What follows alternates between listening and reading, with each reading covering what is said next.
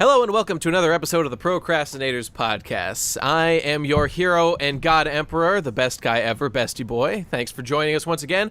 And today, we've got, in addition to our regular Digibro over here, hey, buddy boy, my partner in crime, we've got two outsiders, two guest people, as we like to have sometimes, who in recent times I've become friends with, who I really like, and I think make great videos that you guys should definitely check out. And you probably already have, to be honest. So first is the Gaming Brit. I hate these things because this is why I've got to introduce myself and sound all charismatic just by saying my name. It's okay. The only goal is to let people hear your voice so they can distinguish you later. My name's Charlie. I do the Gaming Brit on YouTube. I review games. HyperBitHero's here with us. He was the one he was the one who said, Yo, Charlie, I'm gonna be on PCP tomorrow. Yeah, and that's right. And he was like, "You're not invited." I was like, "Yo, you've watched this podcast before, right? Things get savage. You're gonna need someone in there backing you up, man. Like you got to." So he was true. He was like, "Okay, you guys don't really, just do PCP without a partner. It's a dangerous drug." This is a tag team match. So let's hear from you, HyperBitHero. What's happening? Not much. Well, there you have it. All right. All right. So we're doing things a little differently today. So we're going to start with one topic, and if things go long, which they probably will, if we run out of stuff to say for the first one, we still need to fill some fucking time, we're just going to go into our second one. But our first one is it's sort of nebulously defined right now. We're gonna flesh it out. But the word that I want to use is cred fags. You know, cred fags. There is no Urban Dictionary definition for this because we just made it up. In fact, we should enter this into Urban Dictionary, our own definition we come up with. How full circle will that be? So why don't was it you, Charlie, came up with who was right? So yeah. Well, how don't you tell us about this? Well, I just find that today on the internet, when we all tweet, we all do our YouTube videos, and we all meme it up. Sometimes we're all a bit guilty of doing that, and sometimes obviously people want to be in on the popular things and what other people are playing and what other people are talking about, and sometimes they go out of their way to try and weasel their way in to these popular things. Yeah. Obviously not that interested in just being part of the franchise, the anime, or the game. And it's like so annoying because you get so many questions on YouTube and Twitter and stuff about which parts of this franchise can I skip and like where should I start? When obviously it's just if you're interested and you care and you want to have lots of entertainment, just start from the beginning and make your way up. Like what's the big deal, I know Hayden gets this a lot as well, especially with So the thing is, like, they do want to get into it. They just want to get into it as quickly as possible, as easy as possible. They don't want to fucking experience the story or anything. Like, of course, talking about the Yakuza franchise, that's where I get people ask this all the time. Listen, you want to get into Yakuza? There's one just called Yakuza. Right. That's the fucking one to do. Dude, oh my god, I gotta tell you, I can't tell you how many times I've gotten this question, and it baffles me that anyone has to ask this, which is, what order do I watch Neon Genesis Evangelion?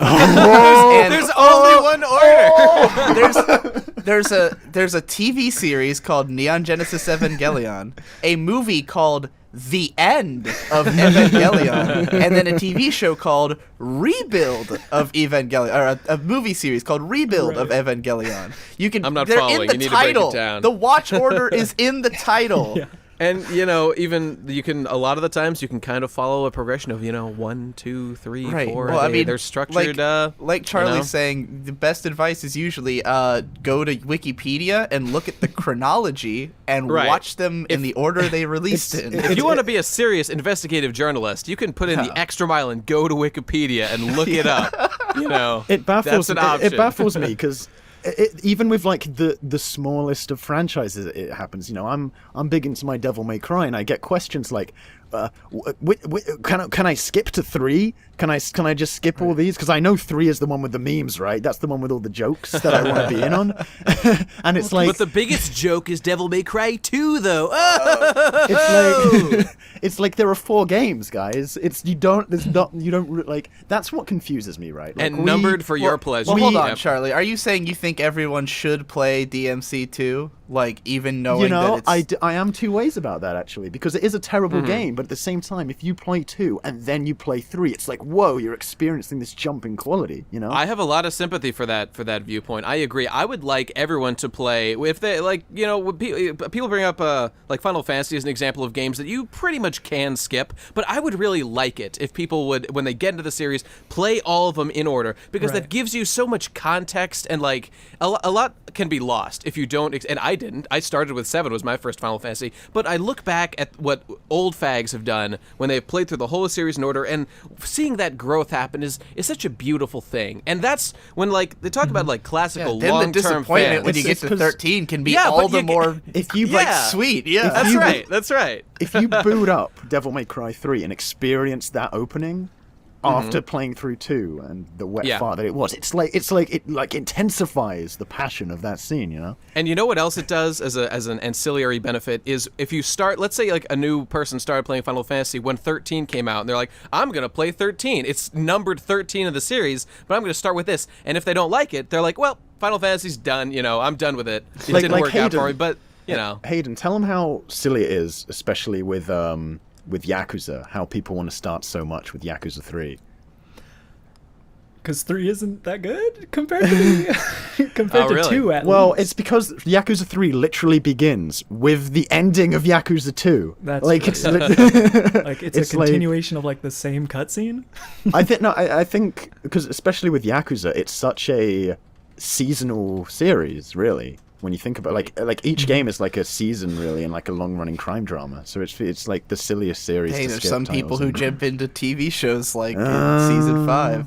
Yeah. You know, I'll say, I mean, for some defense of this, I do think that it's entirely possible to play one of the later ones, and then, you know, that makes you want to go back and do the rest. And I think depending on the series, it can be fine.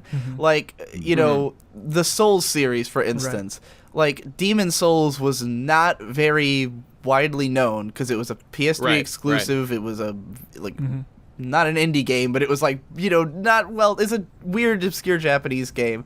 Dark Souls then blew up super huge, and I do think a lot of Dark Souls fans went back and played Demon Souls, you know, and like, and most people got into it through Dark Souls, but it also wasn't even presented as though it were a sequel. Right, that's what Yeah, that's fine. Whereas- That's fine though. It's like it's when people like with Yakuza start asking, "Is there a recap of 2 and 1 in 3? Can I just read it?" Yeah, you know? it's when you start to ask the questions like, what can I do to make up for the fact that I haven't played the first games? It's like, just fucking play them, dude.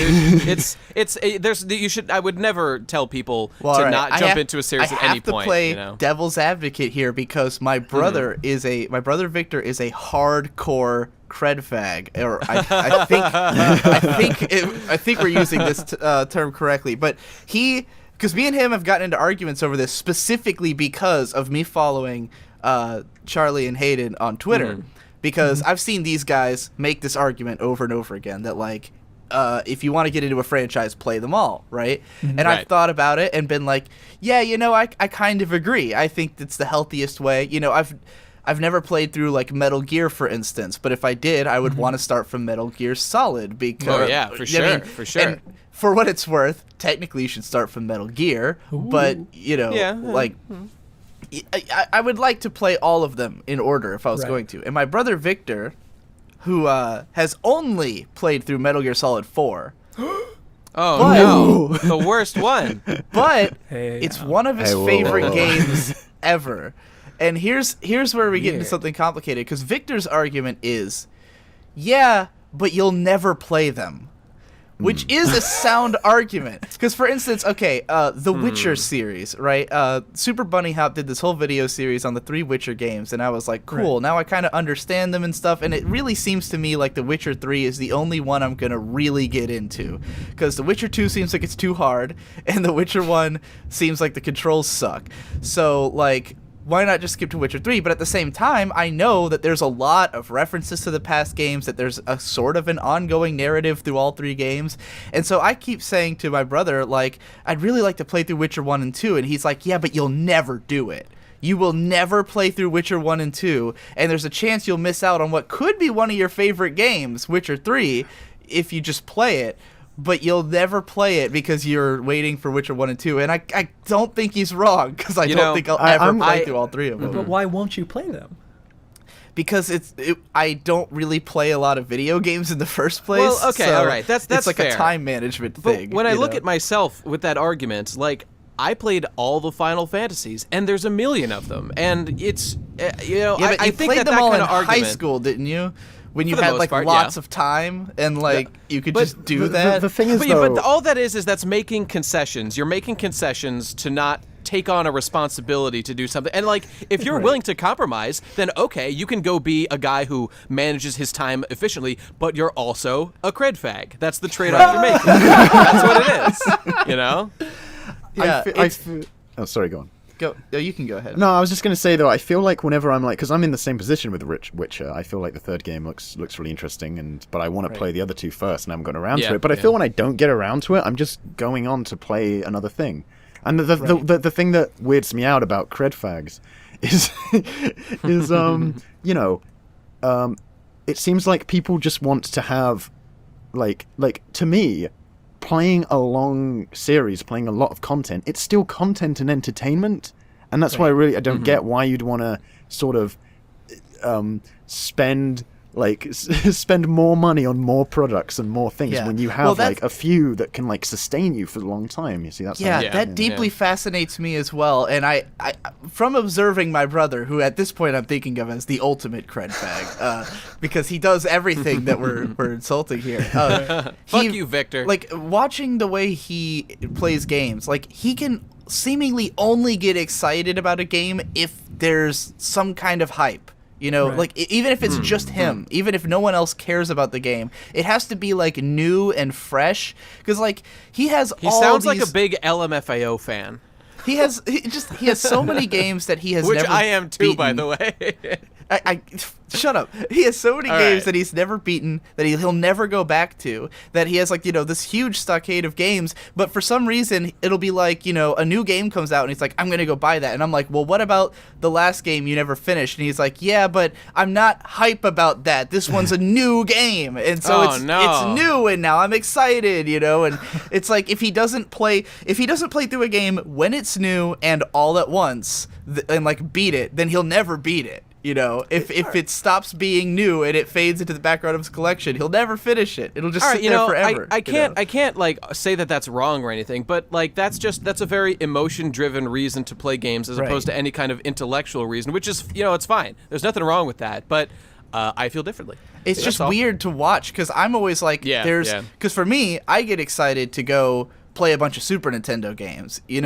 For me, the idea of spending $60 on a new game is such an ordeal because, like, newer games are longer and they really ask for more, like, investment on your time and energy, and, like, I don't have patience for, like, the cinematic games that come out these days, like, if I'm gonna have to sit through, like, 10 minutes of, like, them taking control away from me, the game's not worth my time anymore. Like, I need it to be, I like Dark Souls and Doom, like, those are the recent games that I've enjoyed, and so, like, and even Doom fucking pissed me off when it did take control away from you. Like, how long were those sections that it did that? I was just curious. I would say there's probably grand total 10 minutes of like forced cutscene. Yeah, I didn't find compared it too to what's out there. in That's Doom. great, but in a game like Doom, it's going to be annoying. Yeah, it's still course. annoying. Yeah, and you can't skip it even when you replay the levels. That's what particularly annoying. Yeah, that would annoy me. It's like, guys, look at us being so cheeky, saying fuck being forced to watch cinematic sequences through a forced cinematic sequence. Yeah, that was really obnoxious. But anyways, on, like, for me, the idea of like going out spending $60 on a game that's gonna go down to $20 in 6 months anyways.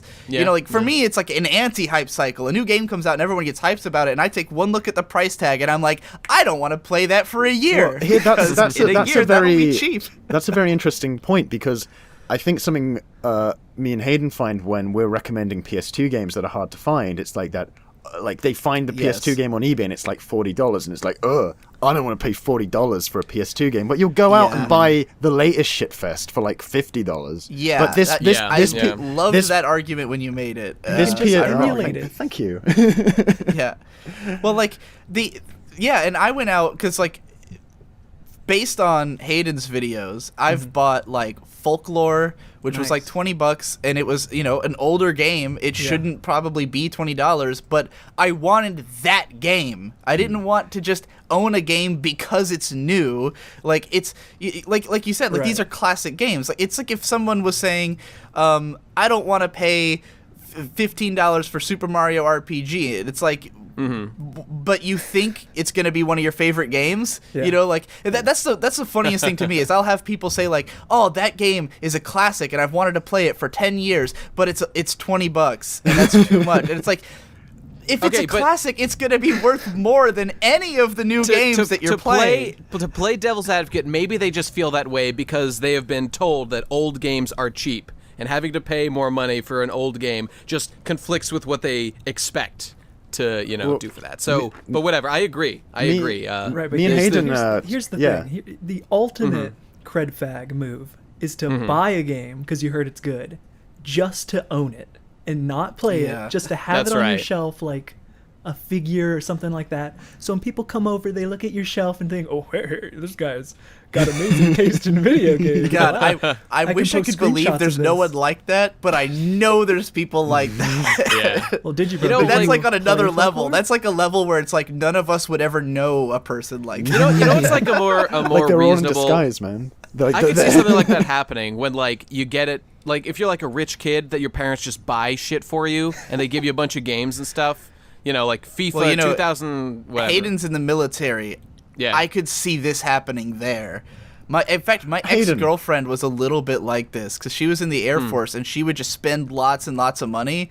And so she would buy a lot of games that she would just never actually play because she just bought them to spend money. You know? You gotta spend I- your money. I remember- before you get sent Steam to has the kind of desert, caused man. that with Steam sales because Yeah. like prices get so low you can't afford not to buy these games. I remember years Yeah. ago, Hayden, you told me that one of your friends was like, I'm going to buy all the Metal Gear toys, even though he hadn't played any of the games. Oh my god! No, that was a friend. He said he was gonna They buy are like cool a toys. giant couple $100 like Metal Gear Rex figure, even Oh, though he's cool. never played any of the games. I was just like, I what mean, the I guess fuck? if you really like the design, then that can, But I exist don't know. outside the games. I don't think he ever showed interest in Metal Gear Solid aside from that. He's like, I'm gonna buy this shit, bro. Interesting. And there's a whole other side to this that we haven't really talked about, which is when people buy specifically obscure things for the sake of them being obscure and being able to tell on places like V on 4chan, like, you guys have you heard of these fucking games I'm playing right now? But they're obviously the best because you don't know about them. Right. And I think they're objectively right. Yes. That's my stance. In Yeah, I regard, don't know. Like, I don't know how it's hard to gauge That's that. really a music thing a lot of the time. But people do that with music all the time. I don't know. It's hard to gauge with those things because there's like, how do we know if they don't just like the thing, But I do. I mean, obviously posturing happens, and I think Context, it's a thing people do. But I don't know. Personally, I'm someone who loves seeking out obscure shit for real, so Right. I'll just go out and watch every weird Yeah. fucking thing. What's the point of posturing to anonymous people? to feel good about yourself, dude. You You'd haven't be gotten surprised. addicted to the But the point is, use, man. They don't know who you are, though.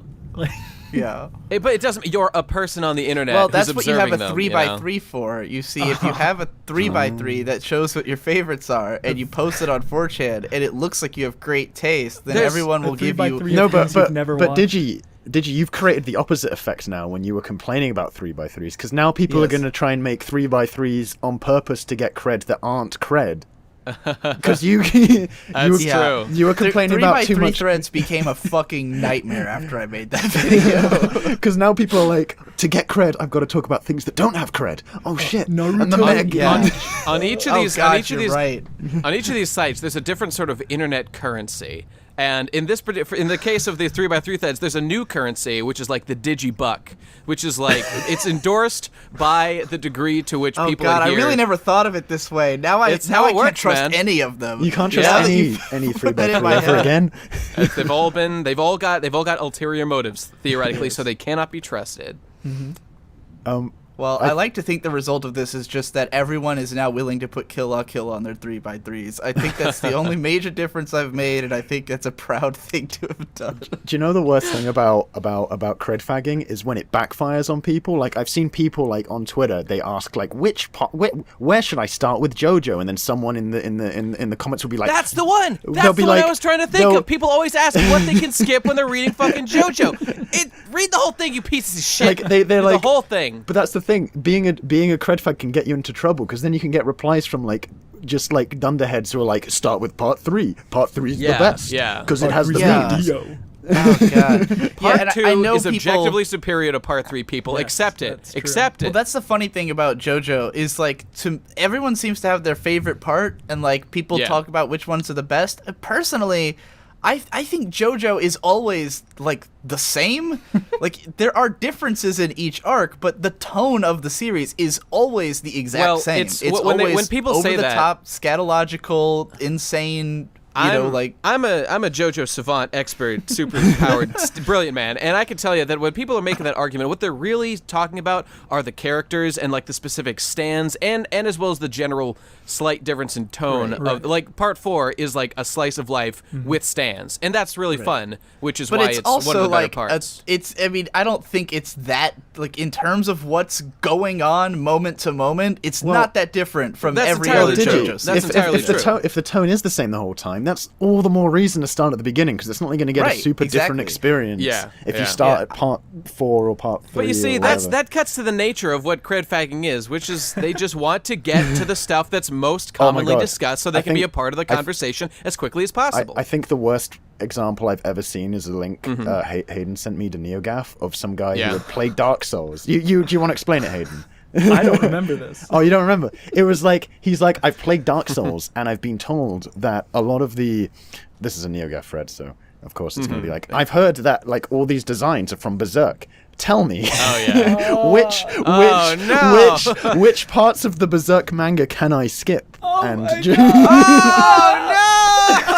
Just to see the references? The fucking Berserk manga. Oh, man. Just read the whole thing. Why would you do this? The man doesn't want to get triggered, obviously, which is understandable. I kind of like when something is broken up into parts, it's a little easier to understand, right? You got, okay, there's the first game, the second game, maybe they had different staff behind them. Maybe they're not quite the same type of game. The Berserk manga is just one ongoing manga. There's no like, it's not like Gunsmith Cats where there's like Gunsmith Cats and Gunsmith Cats Burst, like there's two different. No, it's just all Berserk. Why would you think it's okay to skip any of it? And I gotta tell you, the thing that since we're talking about examples of this that infuriate us, the one that really sticks out to me is people in all seriousness will just, I don't know how they do it, but they will just jump into reading One Piece. Like, and a lot of it happened during the giant war in the middle of the series where all the characters were coming together throughout the series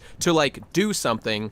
And these people, there is no way they could have known what the fuck was going on, who any of these people were, what the stakes were. Everything in One Piece builds on itself because it's a story. It's a continuous linear story. No, it's just all Fuck you so people. random. To me, it excites me if I start something good from the beginning and I know there's like hundreds and hundreds, like loads of content coming afterwards. That excites me. I'm like, oh shit. I'm not like, well, you see, I don't know who the characters are in opening 14, which I watched on YouTube, so I'm just gonna skip to that part. It's like, no. It's like, I want to go on the journey, man. I want to go on the journey. The only argument I can even kind of accept is that like my life is too busy. I don't have time to do all this. Like, it's not a good argument. Like you're being a cred fag when you do that, but it's like, I get it. Well, here's the thing. Here's another thing. I think a big part of this is also that all four of us are analytically minded YouTube journalists or of a sort about these mediums, right? Right. Yeah. And I think the way that because how do I put this? None of us give a fuck what's current and like new, and I think this really reflects because I mean I've been following Hayden and Charlie here for over 3 years on Damn. YouTube. I haven't And even neither been one doing of them I haven't has been following myself that long. neither one of them has ever really been someone who makes videos about new games, unless those are games that are like really relevant to the franchises that they talk about. You guys have made a couple Uncharted 4 and like DMC videos, but like you didn't cover fucking BioShock Infinite when it came out, you know, or like the Last of Us in any depth. But like, even in that brilliant Metal Gear Solid 5 video by our friend the Gaming Brit Yeah. here, a lot of that was about the context of the entire series and why Right. it, it's legacy stuff. But you know? these are guys who go back and do fucking a bunch Yeah. of Devil May Cry videos at a time when, you know, like Bayonetta's no the one new would thing. be talking and about it's- it. Yeah, Yeah. Or just anything, you know, they talk about older games. I go back, I talk about tons of older anime. Nate, you've only so far covered shit that, well, I don't know, you did I Monster did Monster Musume. Musume. That's the one. You did I got One one. Punch Man? And, Oh, yeah, it's true. and One It's Punch true. Man. Well, So that this was doesn't apply to that was you a at little all. late on One Punch Man, but like Fuck you. but the point is that we're the kind of people who I think we care about history and we care about classics and we care Yeah, about going yeah. back and finding the best stuff of the medium. And I think that a lot of these cred fags, all they care about, like Charlie said, is being a part of the conversation. It's Care about all being about in on like, the meme. That's what it's about. They see something trending on Twitter and they want to, as quickly as possible, get it. Whereas Yeah, I see yeah. something trending on Twitter and I'm like, I don't fucking care. I'll get to it when I get to it. You know, like if everyone's talking about the like Metal Gear Solid 5, you know, like I don't Yeah, run out yeah. and go, I need to play Metal Gear Solid 5 so I understand what everyone's saying. I'm like, one day I'll play all the Metal Gear Solid games if I get around to it, and then I can know all the memes. But like I'm in no hurry because I would much rather know the entire story than know a part of it so that I can be, you know, so I can spit memes for like the 2 weeks that the game is relevant, and then, you know, immediately fades into. You can't like who play gives a fuck. MGS5 and then just pretend to be mad about the things they messed Right. up. You know? yeah. And it's totally oh god, I totally forgot what I was gonna say. God damn Well, it. you know, and I think I satiate my desire to like keep up with stuff Oh, because I got it I now. just watch Yeah. tons and tons of analysis videos, you know. So like Mm-hmm. I know like a startling amount about Metal Gear Solid 5 because Mm-hmm. I watched our good friend Jesse play through like Yep. a lot of that game on the Blue Glow. I watched Charlie's analysis of it. Bunny Hop wrote a bunch of videos about it. So, like, I get why everyone feels the way that they do.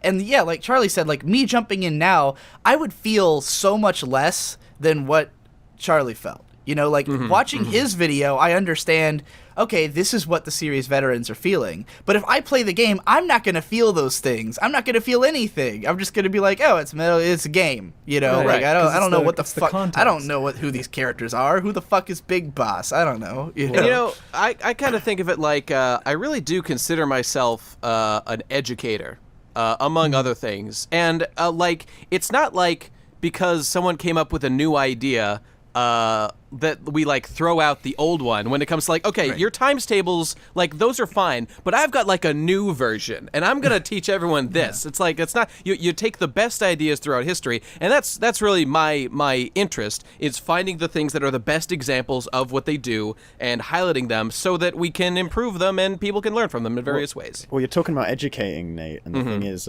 never give the cred fag any leeway just because you want somebody to be into something you like.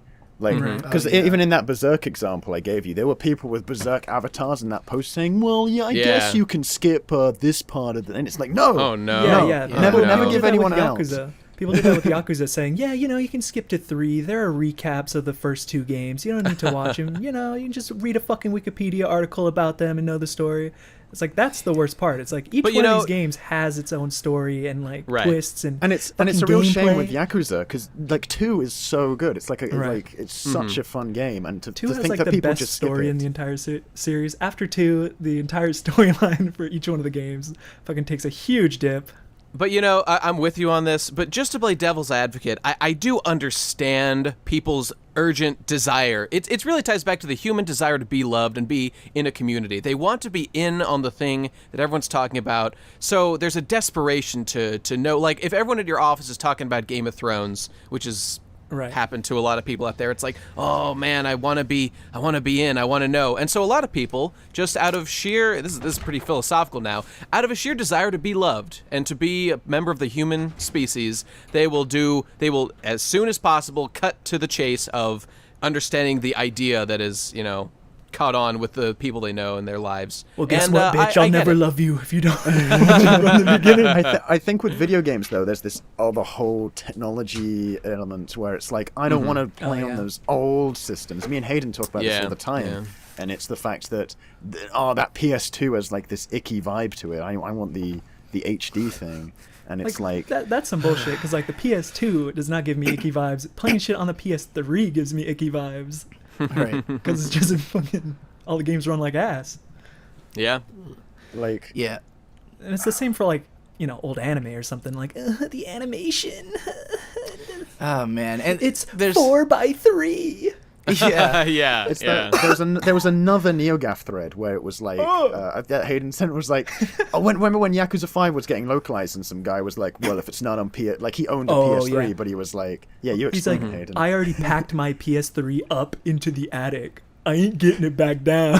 Lol. I've seen a lot of stuff like that. That's the real shit, dude. Those are the real reasons people use to like dismiss works of art or whatever, because they don't want to fucking unpack their old TV or whatever. That's always been funny to me, because people talk about like backwards compatibility, and I think that. I think all these consoles should have it. I agree. But it's always been really funny to me that people make like such a huge deal about it, because I still have all my consoles, Now I wish I didn't have to, like, when I when I went out to buy Yakuza as a result of Hayden's video, I was sans PS2 because 7 of them have broken on me over the years. So I had to go buy a new one, but it was like $25, and it would have been nice if I could have just popped that fucking disc into my PS4, my fucking supercomputer sitting on my desk. But, whatever, like this idea that you like have to pack away your old consoles and never touch them again. It just reeks of not giving a fuck about history and old games and being like, I'm never going back. I'm never playing something then again, old. I do think the companies that make these things should play a role in preserving that with the backwards compatibility, though. I agree. Yeah, I agree. But here's the thing. Those people don't have those consoles because they're the ultimate cred fags, and they didn't play games until recently to own one. Hey, they could just be young, for what it's worth. Hey, fuck the young.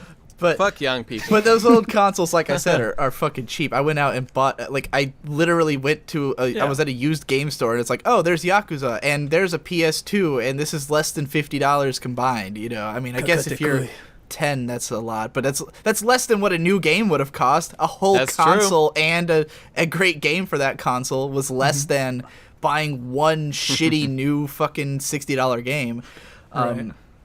But I think this is like particularly bad in gaming, which is probably why we're using so many gaming examples. And there's a great article that I read this one time and I wish I could remember what it's called because I cite it all the time.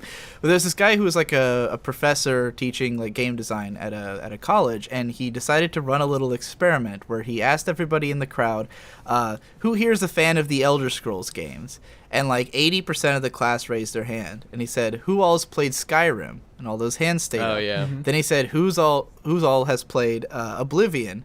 And like more than half of the hands went down. And then he says, who's played Morrowind? And it's like 2 guys left. And then he's like, who's played Daggerfall? Nobody, right? And he's like, you say you're a fan of the Elder Scrolls, but you're really a fan of Skyrim, and you clearly have no context of the history of this franchise. And it's like, it's so weird that people seem to think, like, especially when it comes to games, that the newest one is just the best one, just because it's the newest, and they have no interest in looking back and finding out if there's anything different or interesting or better about the old games, which in something like the Elder Scrolls, a lot of people consider Morrowind the best one. Right. And these people will never know that, and dude, the advantages of that one because it doesn't look new like Skyrim. I'm so glad you got to this point because at least for me, and maybe not everybody agrees, because not everybody sees games the way I and possibly the rest of you do, it is not about like the most polished presentation or anything. What matters about all art is the density of valuable ideas. and like Yeah, the density I of agree. artistic merit, and that is what it's about, which is why a game that looks like, just for example, Final Fantasy VII, that looks pretty ass, is so widely loved because it is so much density. Okay, of don't things say that it people looks enjoy. ass. It has dated graphics. I don't even agree with that. I'm just saying what the that's graphical the meme. design is Yeah. fantastic. It's just that it has dated graphics. But that doesn't. I think True. that game looks better than most modern games with Yeah. state-of-the-art graphics because the art design is great.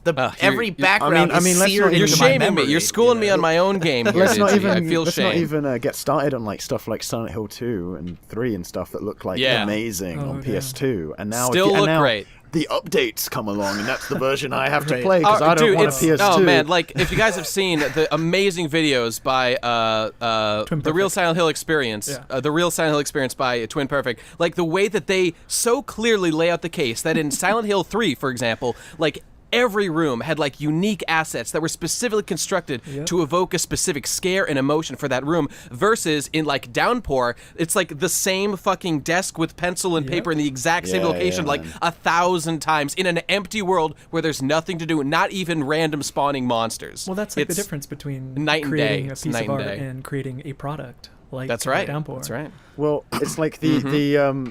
But it's the newest ga- one, so I got to skip to it. The gaming That's right. press That's right. like, perpetuates this, and not just in the whole buy the new game thing, in the whole like the recent trend of like people going, finally games are getting good. They used to like, and I'm not Yeah, saying that, yeah. and I'm not saying there aren't great games at the moment, but it's Mm-hmm. just there's this culture that Yeah, the whole Citizen Kane Games of have become gaming problem. legitimized only yeah, recently. Well, that- like, and that's like everyone the was retarded before. No one knew how to make a game Yeah. Right. before like The fucked up PS3. part Like it's is not in true. any other medium, I feel like you would get laughed out of a room if you Right. tried to be a critic Exactly. who hasn't Exactly. seen the classics. You know, like if you're a film critic and you haven't seen Citizen Kane, then people are gonna be like, "What the fuck are you doing?" You know, like why have you not seen what is considered to like The Godfather? Like I've never seen The Godfather, but I'm gonna review a gangster movie. People are gonna be like, "Why would you ever do that? You clearly have no context into what gangster movies are because you haven't Yeah. seen No, what no, is but considered by many to be the greatest film of all time." you know? all old games are problematic, so there's no reason to That's go back true. and Like, watch you know, them, to guys, go the back real and play them. the They're real bad. question I have here is, why are our schools wasting our time teaching our kids with these old ass books for grandpas? You know, Yeah. like Catcher in the Rye is 1,000,000 years old. Let's move on. We've got, Yeah, we Catcher got in the The Rye Fault in Our 2. Stars now. Like, why would you read an old Yeah. book like Catcher in the Rye? You know, when Crime could and read Punishment The was Fault great. in Our Stars. Crime and Punishment was great, but we've got a new version. It's called Death Note. It's better in every way. Let's just all read Death Note instead. It has replaced it. It has superseded it in artistic merit in every way. That's Yeah, what I'm 'cause, saying. people were fucking Neanderthals until recently Yeah. when we got That's right. iPhones. There's something so like sad to me about the idea that we have like so much gaming criticism and none of it's looking back. And like I've made this point before, and Endless Jess had a great video called "Fuck the Citizen Kane of Gaming," and both of us were kind of making the point that like the Citizen, like if there's a Citizen Kane of Gaming, it's fucking Super Mario Brothers. You know, like that's a classic game. Every element of it is amazing. You know, it still holds up to this day. People still play it. It's been beloved for decades by people around the world. How is that not like an impeccable classic game? And how can you really like talk about games as a medium without knowing about it? You know, without the, having I played agree. it? I completely It's- agree with that. It's the Gesamtkunstwerk or whatever that word Yeah, was. I'm not gonna try. It's can't that. pronounce it. Watch that video by Mr. B telling. That's the one. Yeah. Like I find that this is just me personally, but and like I'm becoming like I guess maybe this even makes me like a cred fag, but it's like I find that, at least with me, just in terms of this citizen of gaming as Super Mario Brothers thing, I find like a lot of people love in America like Atari, and a lot of people in Britain like ZX Spectrum and stuff. But like it's like it feels like to me What? the modern video game began with Super Mario Brothers. Like, if you think about it, like that's the point to me where I'm like, damn, games got good. Like, finally. Yeah, sure. That's how I feel, at least. Did any of you guys even beat the original Super Mario Bros? Or am I hanging out with a bunch of crack I fans? have. I beat it on Game Boy in like the 3rd grade. I remember doing it Dude, well. World 8 is no joke. Like, World 8 is no joke. you That's a hard game, dude. I have if beaten you're a Super cred Mario fan, you Brothers by use of save states. Yeah, all right. You And by fucking which plebe. I mean I save state after every jump. Yeah. That's how I got through that game. Dude, yo, this nigga over here maps save and reload save state to the X and Y of his controller when he's damn, playing. Man. You just don't know This when you're going to run fool into a over cred here. fag. It's like every... Yeah, like, you never know. Trust I nobody. said... That game say- is fucking hard. It's I hard. say- It's hard. It's true. And it's I hard say, in a way that's inferior. Like, the thing is, and I mean, there's an extent to which I'm like, all right, you have to see everything in order to talk about stuff. But there's also an extent to which it's like, I'm not going to play a game I hate, you know? And, Mario Bros. Is not my type of game. Like, it's the fucking live system alone is enough It's to make not me good, not want to yeah. play it. Because it's designed to be played forever, and it's like, I now live in a world where there's 1,000 games I could be playing, as opposed to one that was the one that came with my console when I was 8 and I had all the time in the world. And I feel like Mario Bros is a lot easier to play through when you're in that circumstance, as opposed to like getting frustrated and knowing that I could put it down and go do anything else, you know. I say like saying that Super Mario Brothers is like where I think games got good makes me a cred fag, because now it's like, hey man, you didn't play Atari, you don't know what it's like, you can't appreciate Mario Brothers. Well, that's just Well, that's you know, a like, distinction between the modern era of video games. That's true. Yeah. Like, I'm just well, you know, distinguishing errors. Yeah. I will say crazy. I feel like a cred fag now because of the fact that I have always looked like there's certain Atari games. Like Adventure is considered to be like the first like adventure game, first RPG, and like I always see it on lists of like the best ever just because it's the first, so people feel the need to list it. But I always look at it and I'm like, yeah, but it looks like shit. So obviously. Well, who cares? But then it's like, well, I haven't actually played it. What if it's actually really great? For reasons I couldn't possibly foresee by looking at the graphics. That's like the grand scheme of the medium, though. Obviously, if you're looking at a franchise or a series, and in isolated from the rest, it's like obviously if you're skipping around, then obviously it's tough, man. You've gone full cred on that one. But really, we should we're all on the spectrum. We're all on the cred fag spectrum. We're on the cred. That's what's. I haven't beaten Silent Hill 1, but I absolutely love Silent Hill 2 and 3. Maybe I'll get to 4 someday. And I feel a little bad about that I played 3 without playing 1, so I don't have like all the content. Well, but you only so many hours in the day. Yeah, I think I'll do it if I had someday. to, I want to play. If I had to put up an argument to people who are like, who never go back and who like just look at them as like old games, it's like, dude, if they're made a franchise out of it, chances are the first game was great. Like, there's got to be a reason people liked it enough that they could afford to make another one, right? That's a good argument. There's a reason these, like, I mean, people will say, like, well, okay, but the technology's gotten better, but we've built on it. But yeah, but at the same time, those old games have an art to them. It's not just about the technology. And, like, I went back a couple years ago and played Zelda 1, and I thought it was fucking phenomenal. And it's a style of game no other Zelda game has been. They've all sort of, none of them have that same free form, roaming, just exploring, having to find everything for yourself. And like, if you just look at a picture of Zelda 1, it just looks like, but the graphics are, how am I ever going to feel a sense of adventure? I had a similar experience with that, because like, I remember playing Zelda 1 when I was a kid, and I was like, but then, like, I pplayed it, like, recently again, I'm like, this is amazing. Like, this is, like, this is, like, open-ended, and it's people out there deeply misunderstand, it's just what we were saying before. Yeah, they don't appreciate the way that it is the sum total of the parts of a game that determine the quality, which is why, we've talked about this before, like, they can show us all these previews for a game like Final Fantasy 15, but ultimately, what do we really know? Not a heck of a lot about how it's going to be as a whole game, which is what ultimately matters in the end, Yeah, and like my brother Victor, like again, ultimate cred fag. Like, he's a huge diehard Zelda fan, and we both got into Zelda through Ocarina of Time. That should be his title now. He's the ultimate cred right. Well, we both got it. He's gonna listen to this too. That's he will. Hilarious. But we both got into Zelda with Ocarina of Time, and like he's played all the other ones since then. whether it's 2D or 3D, he's played all the ones since Ocarina of Time, but he's never gone back and played Zelda 1, and he's barely played A Link to the Past, if at all. And like, to him, it's like he sees it as, but like for me, Zelda is all about the big, the feeling of scale and the bigness. You know, his favorite one's Twilight Princess because it looks epic. And I'm like, but if you actually played Zelda 1, what you'll find is that the graphics, that fades away, and mechanically you feel like you're on an epic adventure because you have to find everything yourself, and it's such an interesting feeling to like learn this map, to go back and forth to all these locations and figure things out, that eventually it feels like an epic adventure. And you can't get that through screen caps. I do sympathize with his position, just in the sense that it sounds like he doesn't really experience what you're talking about. Like, he's not really familiar with that particular emotion. But he has no idea, because he hasn't played him, Zelda 1, Well, sure. That's an experience he hasn't had yet, maybe. I'm not trying to shit on you, Victor, but he hasn't had it, so... if he had experienced it, that would open his mind to other things that he can experience. But I get his argument. It logically makes sense from his perspective. But obviously, there's more out there. I think that there's definitely there's an extent to which we've been playing these games. Like, we'll play Zelda games on Digibros, and he never wants to play an older one because he's like, it won't. I'm just gonna get bored. I'm gonna zone out and stuff. And I'm like, well, okay. I don't think we should play any of them first on there. I don't think your first experience with the game should ever be on a Let's Play show. But like, I agree. If he sat down and played Zelda 1, I think he'd like it, and I think, but you have to be willing to try, and like, that's true.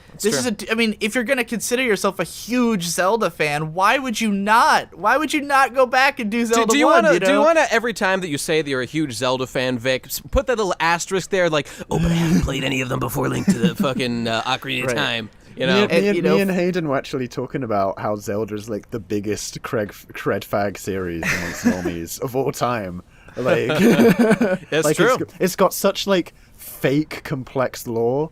You know what I mean? Like, the timeline. There really is no lore. It's just stuff they made up in the game, but it's like, man, the timeline. Like it blows my mind when I see people. I don't know why people's investment in the timeline baffles me, because it doesn't matter at all. It's it crazy. Has no narrative importance. I find it so crazy when a new Zelda gets shown and people are trying to decipher where it takes place in the time. Like, literally, it doesn't matter. It doesn't matter. It makes literally zero narrative difference. The people who make the games literally gave you a timeline because you wanted a timeline, not because there was a timeline. They made one up because they only came up with that as of Skyward Sword. Right, but that's the thing, like, bringing it back to what we first said, like, playing a series in release order, like, where you're talking about how he doesn't want to go back and play the original Zeldas because they're not as epic as the new ones. That's the problem. That's why I don't want people to go and play the more recent games, because then it makes the original games, which had the original ideas, which came up with these mechanics, which started this all, which eventually led up to this game you love, like... that now looks like a piece of shit, because now it's been topped by its sequels.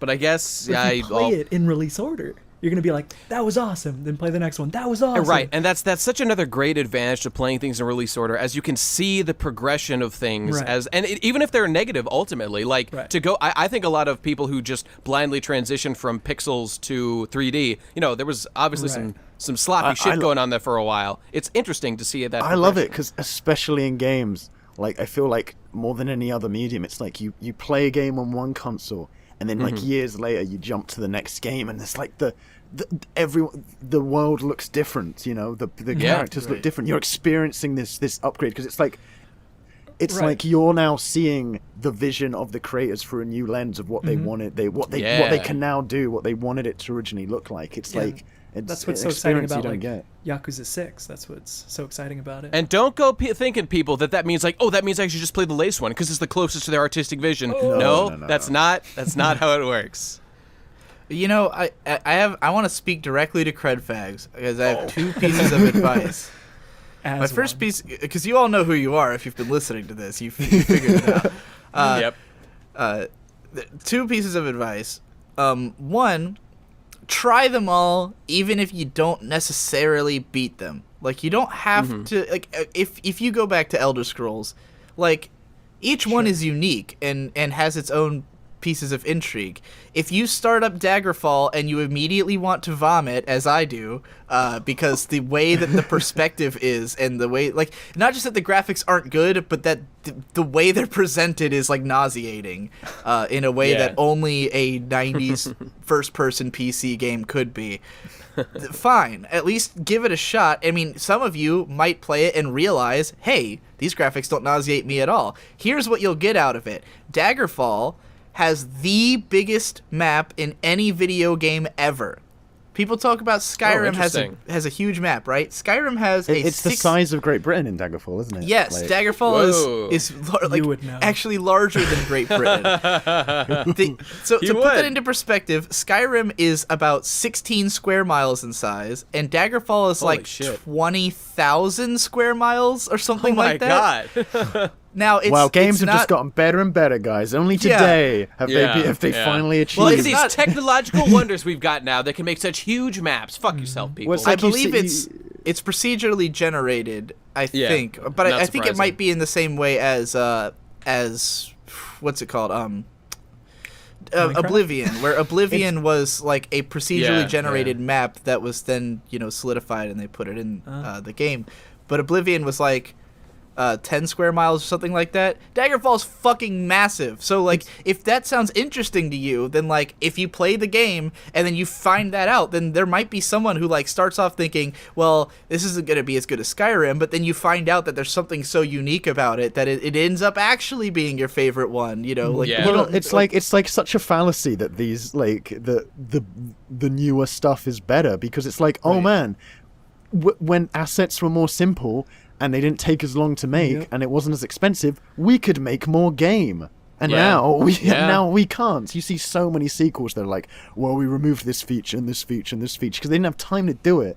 Because they had to make. And the real issue with this whole thing is that it's a vicious cycle of, there is consumer quote unquote demand for like higher resolution stuff, as in the meme is that it has to be, like Square Enix's thing, it has to be picture perfect, like the best possible, have to spend all our resources making Lightning's tits move in a slightly more realistic way than anything else. And so all the resources get diverted there because there's this perceived demand for that, as opposed to artistic. Well, and part of the problem fuck it then. And is I demand it.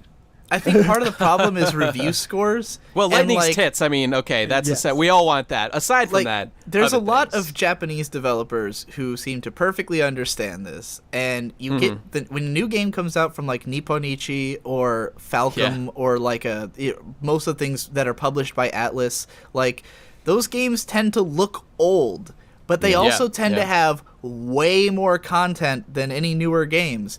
And you end up with this situation where, like, you can play Disgaea for literally forever, as I recall. And they keep making new Disgaea, and they all look like Disgaea 1. Like, I mean, the textures are in HD now, but they're still fucking the same pixel art drawings, right? I think. But oh, sorry, go on. I think like those games are still as big as ever. You can still play a new Disgaea for 80 to 300 hours, And I think that when these games when you open up a Game Informer magazine, the game they're going to give a 10 out of 10 is going to be the BioShock Infinite. The one that looks beautiful and looks like it's, modern and cutting edge, and it seems to be saying something with its story. So 10 out of 10, like God of War 4. Looking forward to that 10 out of 10. The thing is, though, I think you've got Trails of you've got like Trails of Cold Steel coming out or something like that, which I haven't played this myself, but like I've heard from our friend Mother's Basement, like it's like one of his favorite games of all time. And that game is like pixel art, but it's like a huge, unbelievably massive world, with all these different moving parts. Every NPC has a story and stuff, and there's side quests everywhere. And like, if that game, even if that game was perfect at what it wanted to do, if you open up a Game Informer, that score will never be above an 8.5. It will not happen because it doesn't look like a 10, and they won't give it a 10. And it's just all about the different standards that they're using to judge versus guys like us. Right. They're only going to give the 10 to the big modern game. I once went to like the library in my university, and they had like a bunch of old gaming magazines. They had like reviews from like the 90s. Oh, cool. And they had like a big compilation of like loads of scores they gave to games in like the end of the 90s. And you won't believe it. It's like they like review like these polygon like horrible messes. Like, oh yes, Siphon. I haven't played Siphon Filter. Maybe it's really good, but it's like, oh, it's like this polygonal like like terrible draw distance game, like 9 out of 10. And then it's like, well, Symphony of the Night doesn't seem to really be pushing any boundaries here. It just seems like a Super Nintendo game. Nothing to see here. 6 out of 10. And then it's like... always been this way. Killing me. There's no eggs. There's no eggs. Yeah.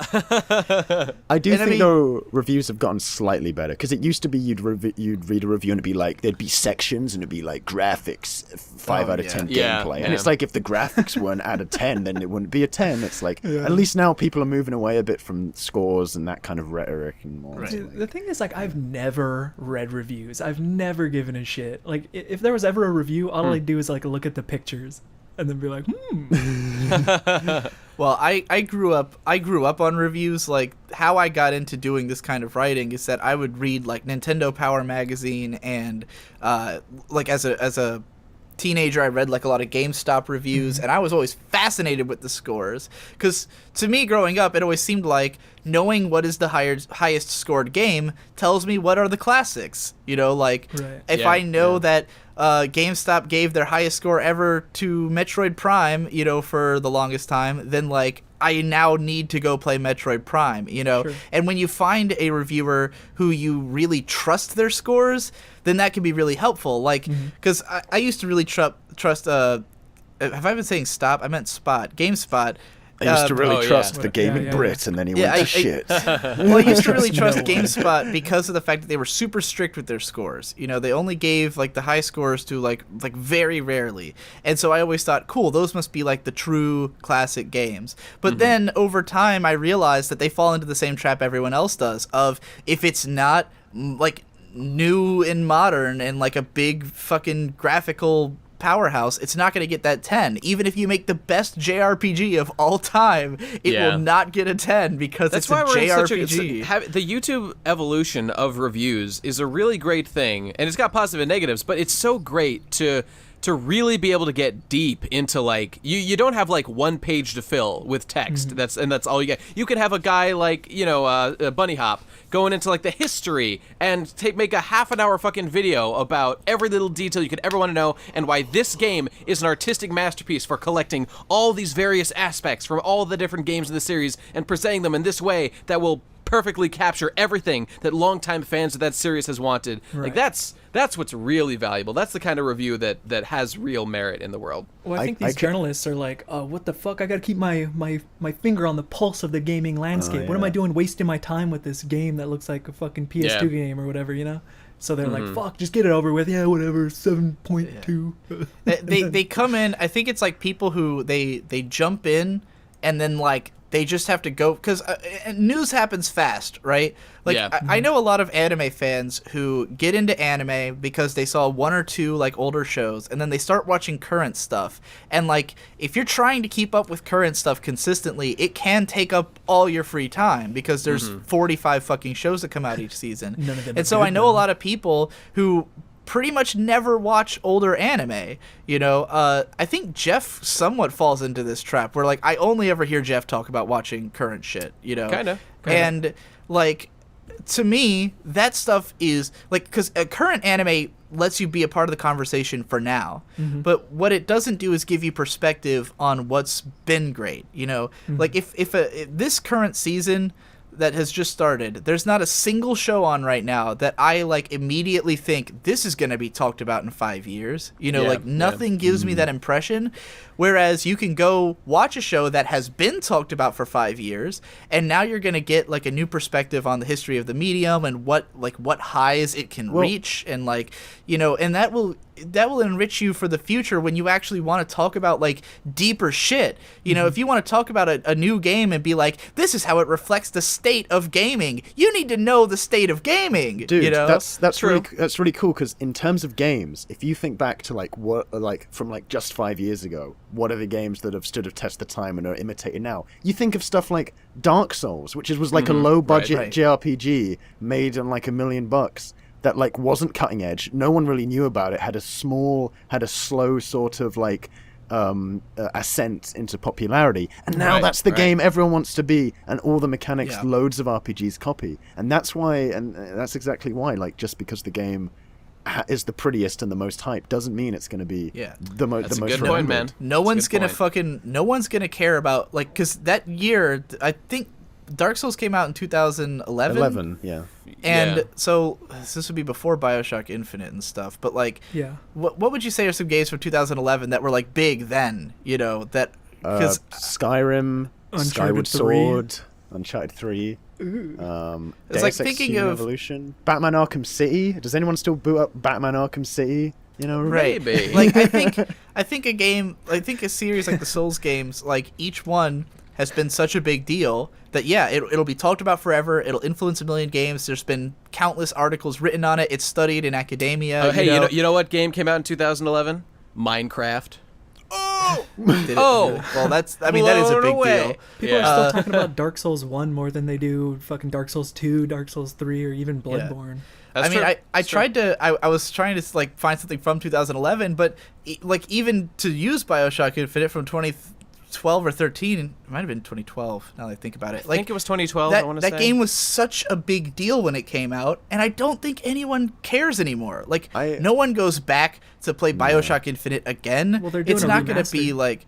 Oh, thank God! Yes, just what we need. Like, you can buy that game for $5 in a bargain bin at fucking GameStop, you know. But like, that's a game that I don't think is going to have nearly the cultural footprint that a Dark Souls has, you know. Because it got exposed as the piece of shit it was right after it came it got out. exposed quite a bit.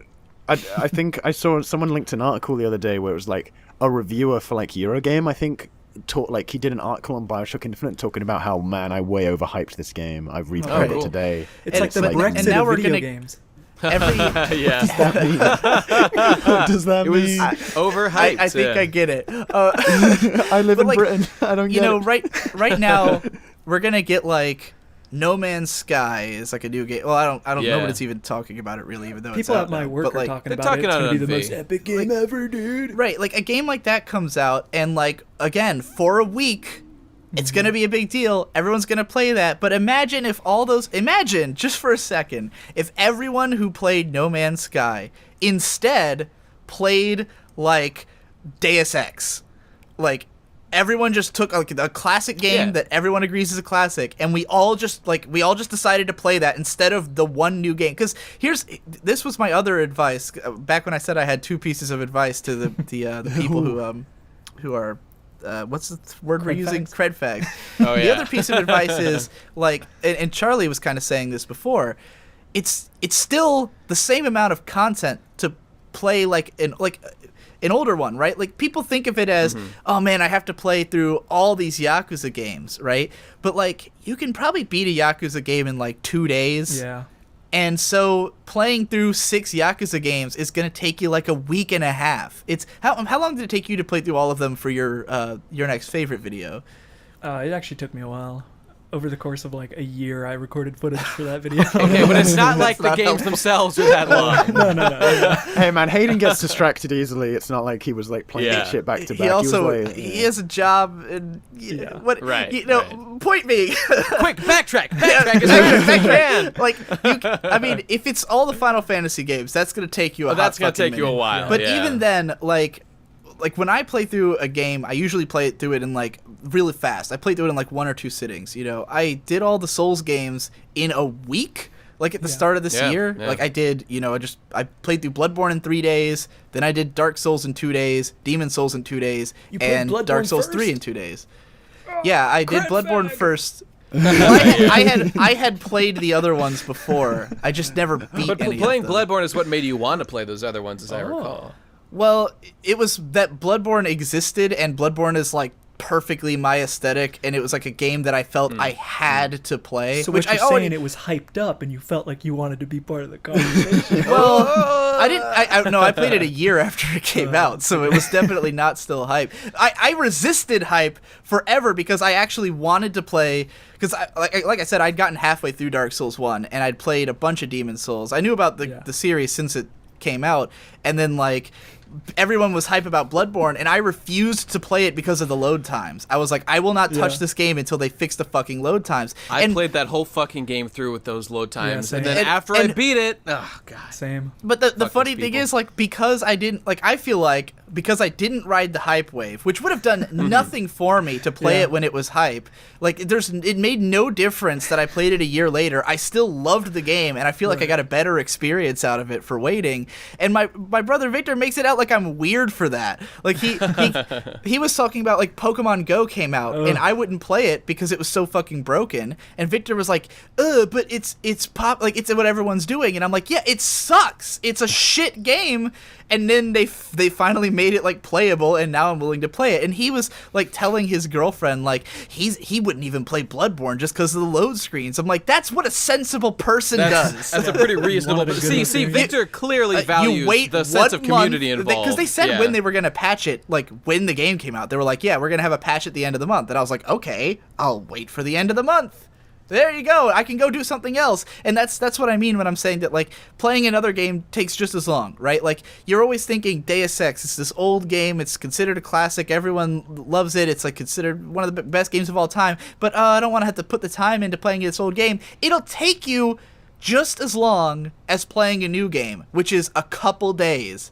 Just like take out one of the new games you're gonna play and go play Deus Ex, you know. Especially if you're just a regular person who only plays games for entertainment. I think this is something me and Hayden run into sometimes, where it's like, we've got loads of video ideas we want to make, and so whenever we're playing a game, we're thinking in the back of our minds, man, I could be playing a game that I should be making a video on right now. Right. And if, that's the trap I fall into. Like, the reason I haven't played the Witcher games is that Bunny Hop already did such a good job of talking about them that I know I can't make a video about the Witcher games. So it's harder to justify that Hearts of Stone DLC looks tight as fuck. I want to get into that but, like, shit. how can I justify over 100 hours into a game that doesn't impact my career at all? It would just be leisure time. What is this concept? Just have an anime playing in, like, the background. Dubbed, of course, so you can hear it. And, Dubbed, of course. And still play the game, obviously, you know. Right. Fireball Jitsu. Hey, if you watch the Tales of Zestiria anime, you can review the game and the anime at the same time. Dude, I don't want to have to do that. I don't want to do. No one should do that. So what you're telling me about Dark Souls is you didn't play Kingsfield first? Look at this plebe over here. And it's funny you say that, though, because I have always wanted to try to play every From Software game. And, like, that's how my mind works, is I play Dark Souls, and I'm like, I want to know everything these guys have done. Like, because surely they've done great shit. Surely Kingsfield has awesome elements to it. And, like, that inspired Souls later. I think... And I knew about Demon's Souls because my friend was a huge Armored Core fan. So, like, now I want to play all the Armored Core games as well. You're differentiating between two tiers of, like, cred, because when we're looking at cred as in, I want to, there's a story and I want to experience it, but then I want to jump around and just get the important stuff and get the cred. And then there's this whole, in an analytical sense, like, if you want to play the Dark Souls series, and, play the Dark Souls series. Don't skip around, play the Dark Souls series. And now if you want to have, like, an analytical idea of the entire design of Dark Souls, then you should go back and play the Demon's Souls and all the other games. I think we've stumbled upon a thing with cred fags, is that there's actually two ends to the spectrum of cred faggery, and each end is actually cred fag. Like, going too far in the other direction is also a bad thing. If you're just playing everything just for the cred... like, you didn't play this? You didn't play that? Not simply. I don't want to play them all just so I can laugh at people, but, like, I do think some do. Right. Well, because once you start looking into this stuff, and I mean, we've talked about it a lot in this podcast, so now no one in our audience can claim ignorance of this fact anymore. That the new ones aren't always the best, right? And like, my friend who was a huge Armored Core fan, he always said that, like, 4 toned it down a lot. It made it a lot more simple and, like, accessible because they wanted the cred fag audience. They want the people who don't, because Armored Core is never a super successful series, so they obviously toned it down a little bit for new players. And then Armored Core 5 came out, and my friend didn't even like it. Huge fan of the franchise, doesn't even like the newest one. So really, you got to play 2 or 3. Those are the most acclaimed ones. And I can totally see people who play Dark Souls going, I want to know what From Software did before. I'm going to play Armored Core 5. You know, that seems like you can totally see that, you understand this happening, but you should say, I want to know where Dark Souls came from. I'm going to play Armored Core 1 on the PS1, or at least 2 or 3, because they're the ones, like, at least look into it and find out which ones people actually care about. Right. Yeah. And that's the thing about us, because we're, like, analytically minded. Bringing it way back to what you were saying before, it's like we care about the context of the series as it moves forward. We want to, like, when we want to criticize the story, its gameplay mechanics and stuff like that. We want to see how it evolved over the course. We don't want to be, like, ignorant of a certain aspect of it. And what we're trying to say, people, is that we're smarter than you and you're all dummies, and I don't care about your opinion. That's the summary here. Well, that's true.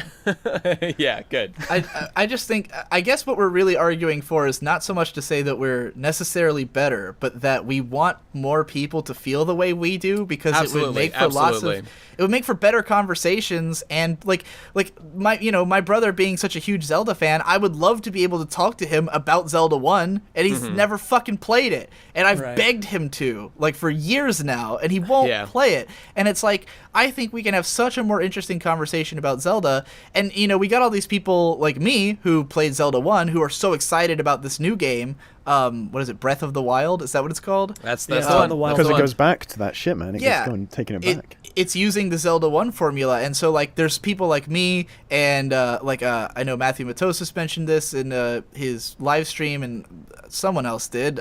Maybe it was one of you guys. But, like, we're all like, yeah, wow, this looks like Zelda 1. That's really cool. And people who, Jesus never Christ, played that, like, I think a tree just got knocked down, like, right near my house, like, by lightning. Holy dude, shit!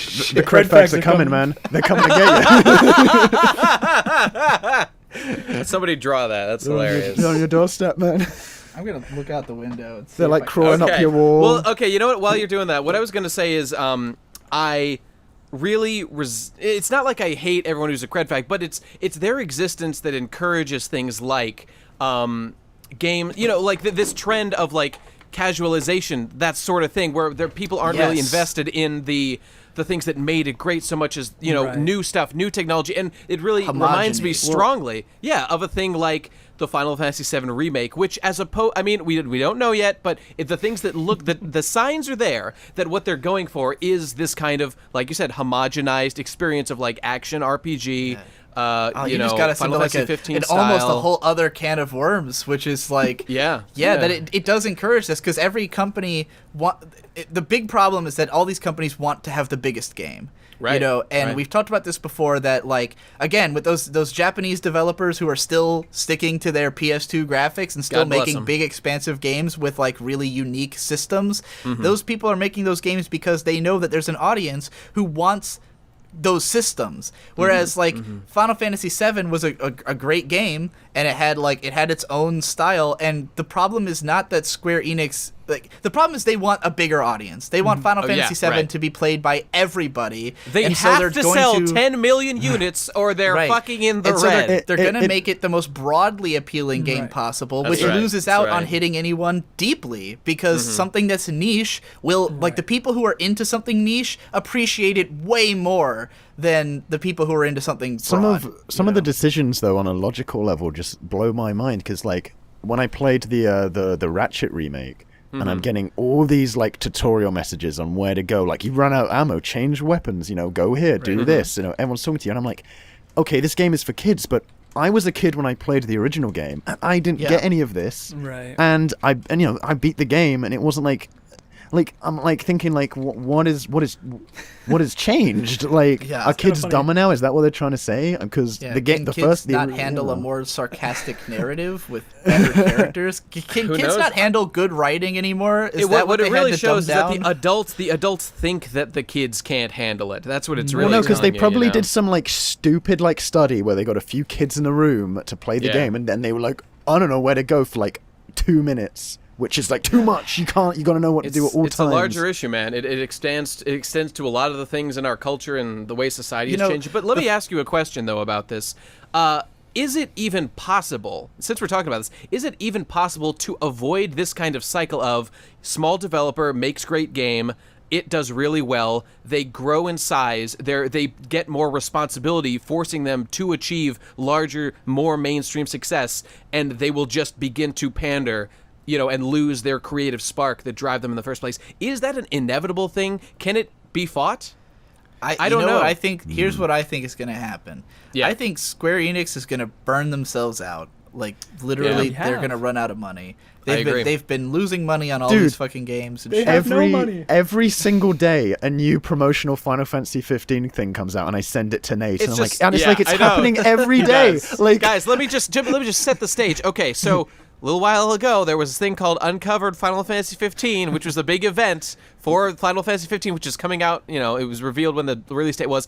At that event, they revealed that not only have they like spent the money to make this game over the course of 10 years, they also made an anime. They paid for an anime. They made a movie. They made a fucking car. They've made like so much extra 2 phone shit games. they didn't have to spend Yeah. money on. They chose to, and they have to make that kind of money back. Final and here's Fantasy the X. question. Here's the question. If Final Fantasy Yeah. 15 had come out 5 years ago with PS2 graphics, Yeah. would it be a lesser experience? No, it would have had No. gameplay. It would have had No, an it would emotional not. story Exactly. or whatever. It And would have been. It could have been just as hard hitting Yeah. and just as good. What I think is Truly going to the Final happen, Fantasy. I think we're going to see Yeah. I think Final Fantasy 15, which it could sell 5 million copies and still tank in terms of like Yeah. what they Yeah. need it to make, because the fucking budget is crazy on this thing. Right. Mm-hmm.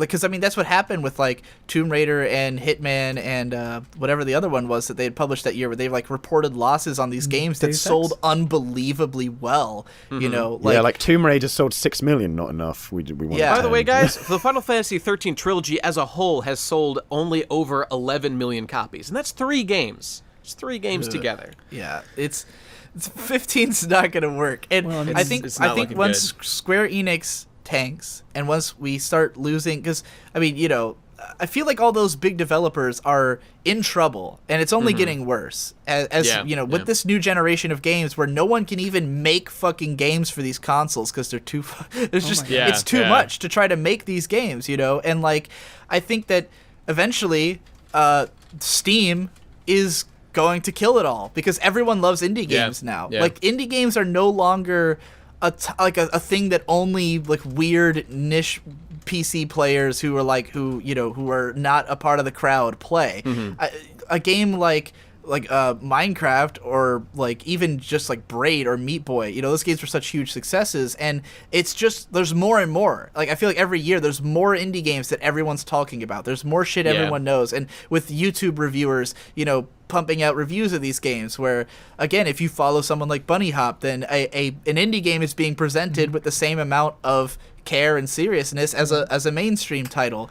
And like as these indie games become more mainstream, more and more people are going to go, why the fuck would we spend all that money on a Yeah. big game that's probably going to fail? The change has started. The shift has Right. begun. And 'Cause you have to get all those people, and as soon as you have like if you need 7 million people to play your game, and your game comes out in the same week as an indie game that gets 3.5 million players because it just sparks wildfire and everyone plays it, your game's fucked, And Yeah, like man. I think that's what's gonna happen. YouTube has finally, it hasn't totally set us free, but it has created an environment where you can get reviews of things and content with the least possible amount of corporate influence like these people are just doing it out of passion, and they turn it into a career, and there's going to be little things that creep in and stuff, but it, like in the specific case of Square Enix, and more specifically Final Fantasy 15, has become a forced meme. At this point, it is an Yeah. extremely forced meme, and every forced meme is doomed to die a horrible death. And like I've said before, like I said in my Final Fantasy VII Remake video, I would really like Square Enix to just die, in order for them to stop raping their legacy. Just let it go. But Just isn't that break like- into small groups and make little games. You make Bravely Default. You can make games like that. Make little baby Final Fantasies. Just do those, and we'll all be better off. Dude. You know. But isn't that what funny? if what if the Final game Fantasy? is good? Yeah, what if the game's good though? What if it's the won't- best it game of all won't matter. time? Nate, you haven't done your research right. Tabata That's- is catering to the fans. Yeah. I don't know what you're talking about. How You know, could you say this? how can Final I complain? Final a man Fantasy begs 15 his could be fans the for how to greatest make his game game. ever, and it Yeah. still won't sell enough to That's make right. back its money. It'll still kill Square Enix. Isn't Like, that funny though with Final They fucked Fantasy? up so like, bad. The way the Final Fantasy franchise started, like they were dying. They created Yeah. this one Yeah. last game and it saved them. yeah. Final Fantasy Yeah. 15 is finally full circle. It kills You know, itself. I don't think it's going to die right after 15 because they've got their other branches that, you know, They got sustain them to some KH3, extent. which will sell. KH3 will has do the, fine. Has the Disney bucks. but will it make back its It's- budget? yeah, the game's like been in that- development for quite it's going to be a while. long. Every Juggernaut, when it begins to go away, will kick and scream. It cannot do anything but resist its inevitable death and decline. So there will be a long. If it does in fact die, which I mean everything dies eventually, it will be a very long, drawn out, painful process for every party involved, and no one's going to come out good at the end of that. Especially not my beloved Final Fantasy. I mean, somehow Konami is still kicking.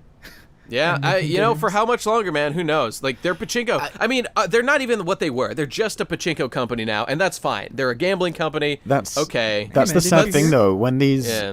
When these IPs die, they don't just die. Seeing they become the boss chains. turn They into become a fucking pachinko machine, and it's like They be- watching her. She was so much more. You know, it's retarded to even say it, but like she was treated with more respect by being a character in Metal Gear Solid 3, and now they're fucking slapping her on a pachinko. It's so disrespectful. It pisses It's like me off. these Jesus franchises Christ. can't get off the ship. They're captain of the ship. They got to go down with the ship and Yeah. drown in the water because no one's gonna. They're not. The companies aren't gonna sell these giant IPs. It's all they got left. But what, So what they don't- are now is the ship has gone down, and the company is rapidly wrapping duct tape where the water is coming in through the sides, and they're like, "Oh God, we gotta hold it. We gotta survive as long as possible." I think what all these companies are missing, Yeah. the forest that they're missing for the trees, the trees being their big budget games, is that Yeah. back in the 90s, a new great game came out all the time. Right? Yeah, Like, yeah. you know, we keep saying how Final Fantasy had a game every fucking year in the 90s. I remember when I those looked when days. I looked at that Wikipedia page. Sorry, I muted my mic. Who's got a cover. dick in his mouth right now? Okay. I muted my my mic dick. to have like to have a biscuit, but like I had to jump in, so I unmuted it halfway through. That's the a cookie for Anyway, our American It blew my audience. mind when I looked at that Wikipedia page of the Final Fantasy timeline release dates, and it's Yeah. like 7, 8, 9, 10, 4 games in like 4 or 5 years. Hey man, Yeah. I'm the one who What linked the you that fuck? bitch. What the And Tactics 2. Don't forget Tactics. like Yeah. like what is the benefit of waiting Well, 5 dude, years? For that's an the thing, unfinished though. game? These people have not decided this model. It has been basically forced upon them Well, by here's- in perceived demands. The, you know, the thing is that the reason that they're not getting that, like why that's such a big problem, is that, you know, you look at your PS2 library, there's 1,000,000 fucking games, right? And you look at your PS3, and even that has eventually it had a decent catalog. You look Yeah, at your PS4, it's been out for years. There's nothing on it. The Wii U has been out for years. It has like 10 great games, and they're all great, but that's all there is. You know, there are literally zero Like, game. I go to a shop and look at the PS4 section, and I don't like Yeah, see yeah. like the like because you know Yakuza Zero's in Japan. I don't see like this is like the game of the generations. This is a genre. well, I defining mean, game. I guess If you- Bloodborne. Yeah, I mean, if you Bloodborne, go to yeah. GameStop, that's the one. That's the But one. it's if you like- go to it's GameStop, the they still weirdest have an section. Xbox 360 section that covers 3 fucking walls because so Yeah, many games yeah. came out for that It's- console. You know, The PS4 section is so weird because it's like PS3 ports, a few new games, and then loads of PC indie games that have been ported over into boxes. It's the weirdest thing. Yeah. It's so like it's like maybe there'll be like 10 original PS4 only Right. games, and the rest is like the ports. the and fucking Wii U shelf is depressing Oh because my I was God, yeah. there. It is I was there bad, the it is other. I bad. was at GameStop Yeah. just like yesterday, and it's just this one little It's just rack, Splatoon. and I'm like, that's it. You know, know, that's the whole the Wii U, and it's PS4 going out. The Vita section. Yeah, I've seen some PS4 stores don't have a Vita section anymore. It's like it's so Don't- yeah, crazy. I'm not too surprised. what's gonna? I think why this is such a problem is that people need.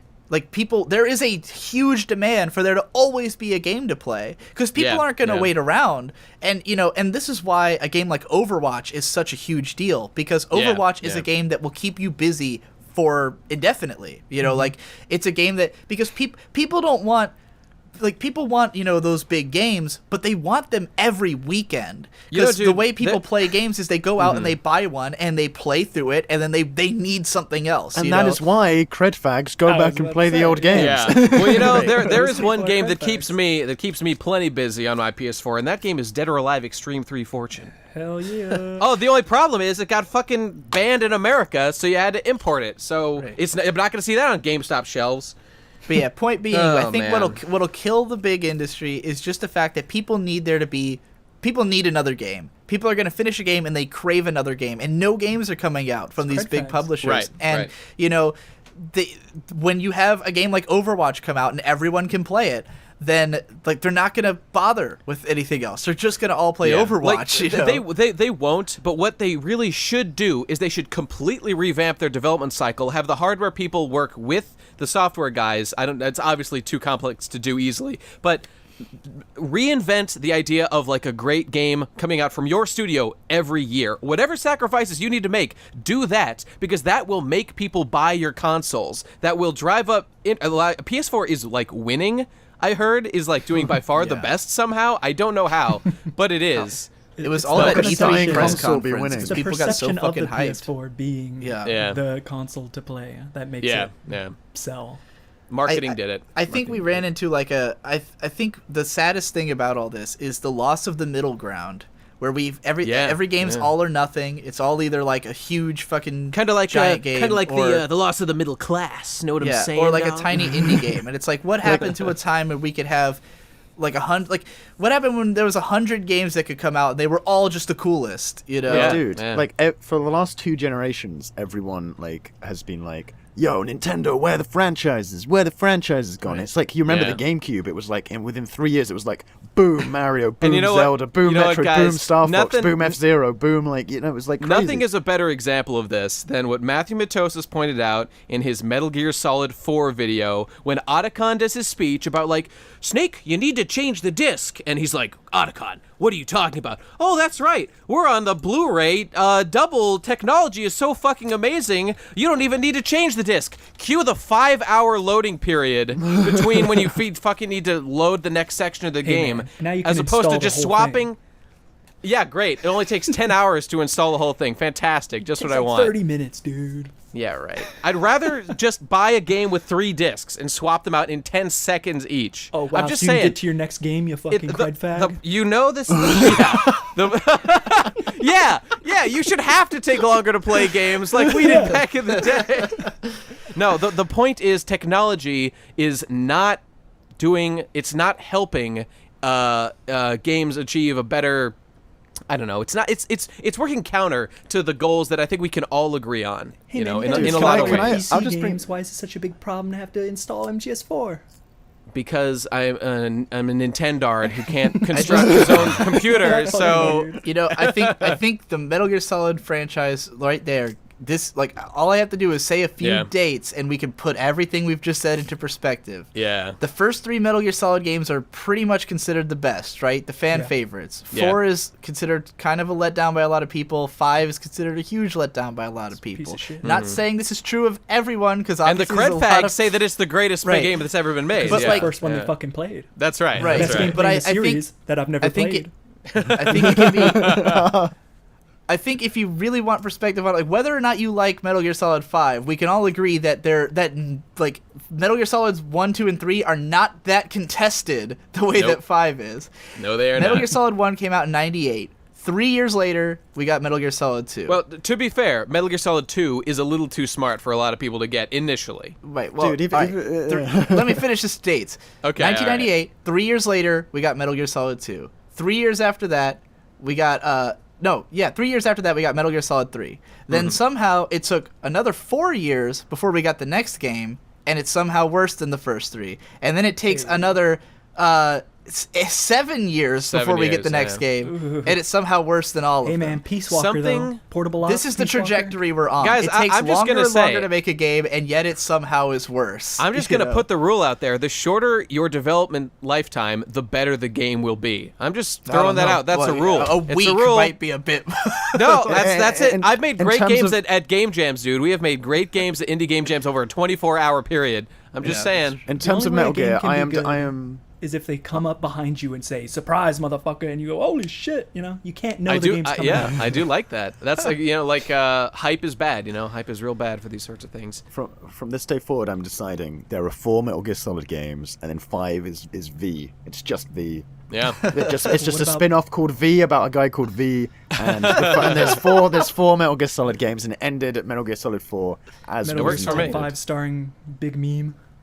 Imagine though, Yeah. okay, like Metal Gear Solid 4 gets a lot of shit, deservedly, for a lot of things. Yeah. But imagine if that ending of Metal Gear Solid 4 had come now with Konami's death, how legendary that game would have been. It'd It would probably have be pretty good. It would have been the more like it's already probably one of the most legendary games ever, but it would have been like, it would elevated it more than this like going out on a wet fart and like Yeah. oh well. Hey, you're forgetting about Peace Walker, dude.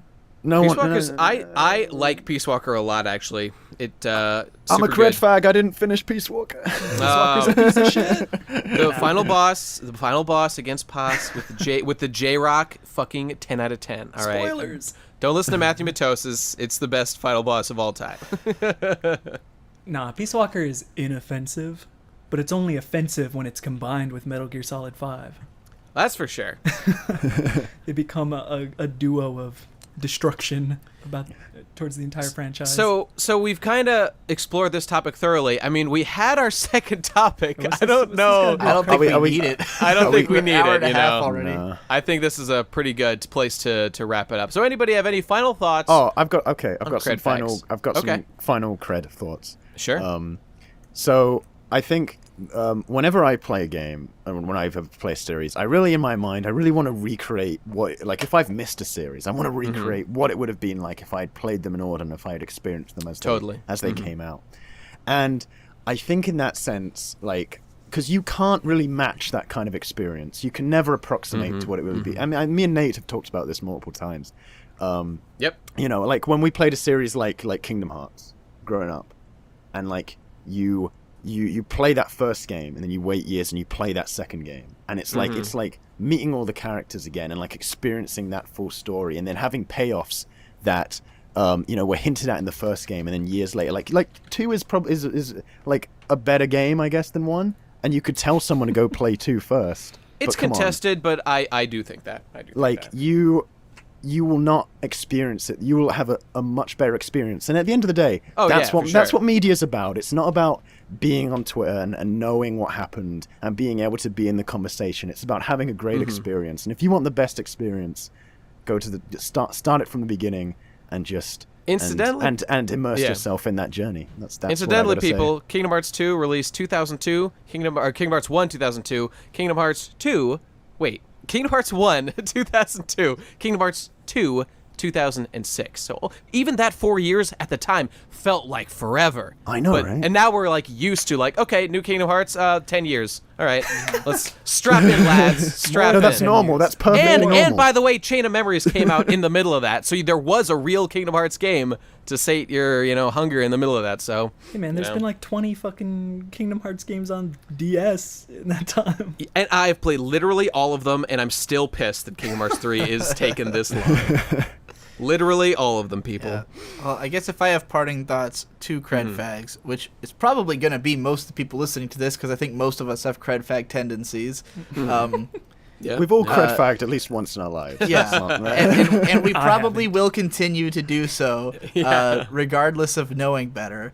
But like, I don't think it's necessary. Like, I mean, you play games or you watch shows or whatever. You do it because you just want to in the moment, right? And for a lot of people, it's just, I got home from work, I want to get excited about something that's not work. I understand how hype can be fun when you've got all your friends are doing it, but if you have any interest in being a reviewer or speaking about the medium at all, or if you're a fan who wants to appreciate the medium in any depth, go back and play the old shit, because it will deepen your understanding of the new shit to degrees that you did not realize were possible. Mm-hmm. And that goes for every medium. Go back and look at the old shit. Even if you don't like it, it'll make you like the new stuff more. Just knowing how far things have come, you know? Yeah, in a big way. And being able to see things like again, to use Zelda, like just to be able to see how the controls of like the newer games evolve from the old ones, and like I don't know, there's a lot that fascinates me about like playing Zelda 1 and then playing a newer one and being like, wow, everything that's in this one is also in this one, but it's different. It's great. Go do it. Play them all. And you know, go on, dude. Go on. I was just going to say, you're never going to enjoy it as much as those people who you want to be part of the conversation with if you're not watching the whole thing. Yeah. Especially if it's a bunch of Metal Gear fans are mad about 5, you're not going to be as mad about 5 by just playing 5. It's not going to happen. Right. And you might start it and go, I don't get it. I don't like this. Right. Like if you started with Yakuza 3. Just saying. And I guess my only thoughts. I was just gonna say you might miss out on like your favorite game of all time.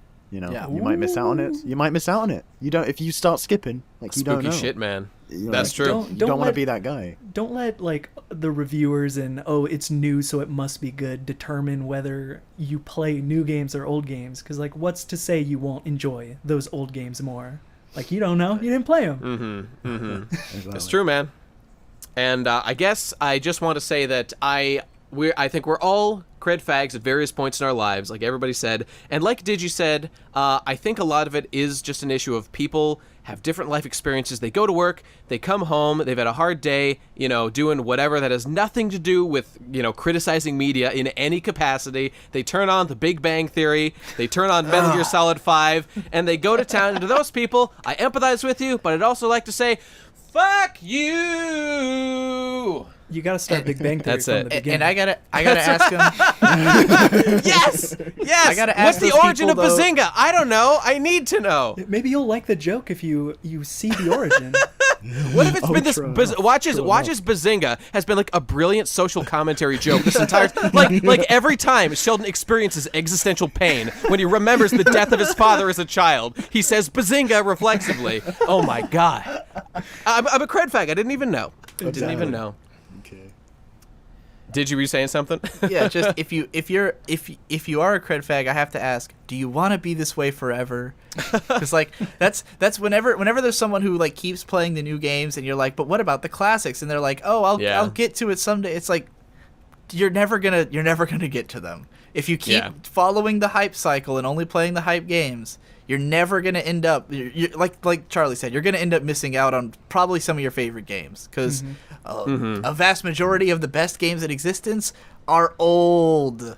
And you know, people, if that seems overwhelming to you, like, oh, there's so many old games, I'll never be able to play them all. Pick a series that you're most interested in, start with those, and your life will immediately be more even enriching. if it seems like it's on them. Even if it seems like it's on the clunkiest, oldest system of all time, just give it a go. Just start it. Imagine how cool you'll feel when you're bragging to your friends. Oh no, I'm encouraging people to play obscure things just to brag about it. I take it back. Be a cred fag forever. And another piece of advice: Emu Paradise.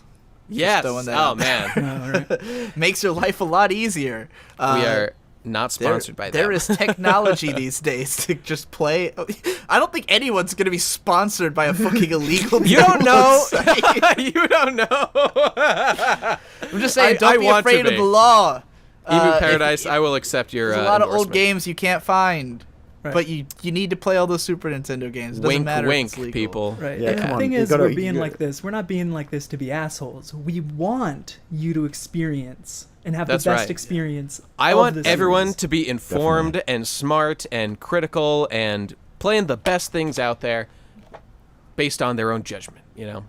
Yeah. And that's it. Okay. Thanks for listening, everybody. Thanks for joining us. Chuck, Hayden, it's been great having you on. Thanks for coming. Let's do it again sometime soon. Yeah, thanks for having me. Had a great time. Really, really good time. Glad to hear it. Digi, fuck you. Thanks for listening, everybody. We'll see you next time. Goodbye. Bye. Yeah, I'm supposed to be working right now. I'm supposed to be working right now. But I'm not working. I'm doing nothing. My dick I'm jerking. Myself I'm sucking. I am an asshole. I am a stupid. I've got a deadline. Don't wanna do it.